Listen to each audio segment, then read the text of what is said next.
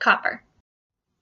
So copper is a behind-the-scenes mineral that works with a bunch of other minerals to aid in optimal health and performance. The first enzyme that copper is a part of metabolizes iron. The copper converts ferrous iron to ferric iron, which makes it easier for the iron to transport in the blood and prevents anemia. The next big role that copper plays is being a key component in antioxidant enzymes, which protect the body against free radicals, so diseases and whatnot.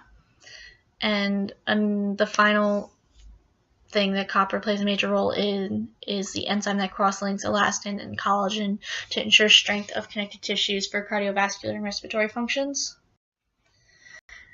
So the dietary reference intakes and where to find copper. Because copper is such a behind-the-scenes mineral, there's only one RDA value for men and women, and that is 900 micrograms per day. Foods that contain high levels of copper include organ meats, seafood, nuts and seeds, wheat bran, and cereals. Deficiency and toxicity.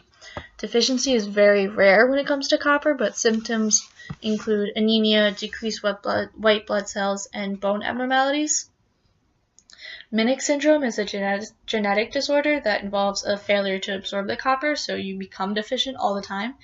And basically the copper accumulates in the intestinal wall and the other organs, which causes neurological degeneration, abnormal connective tissue development, and low bone mass.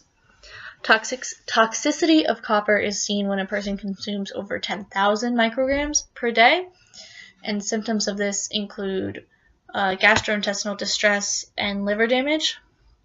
Wilson's disease is a genetic disorder described by an excessive accumulation of copper, so that's when you have too much, and it leads to anemia, liver, and neurological problems. So for my research article, the study objective was to evaluate the disagreement of the effect of progressive cycling exercise used to assess VO2 max on the kinetics of ex vivo copper-induced peroxidation of serum lipids. Basically, that means it's they had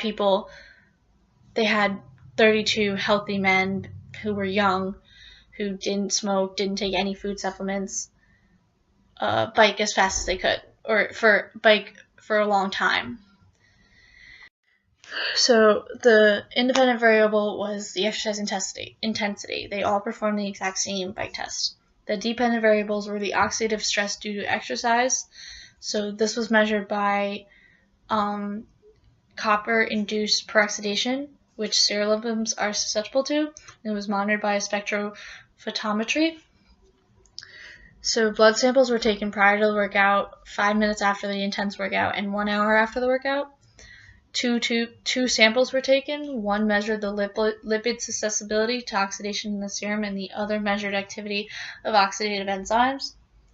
So basically what that all meant was that after the participants worked out, they checked how quickly oxygen was being replenished into the blood.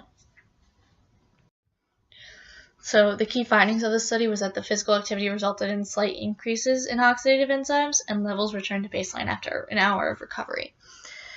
Exercise-induced changes in oxidative stress do not correlate with the physical fitness of the subject, since the participants covered a range of a VO2 max from 30 to 60 milliliters.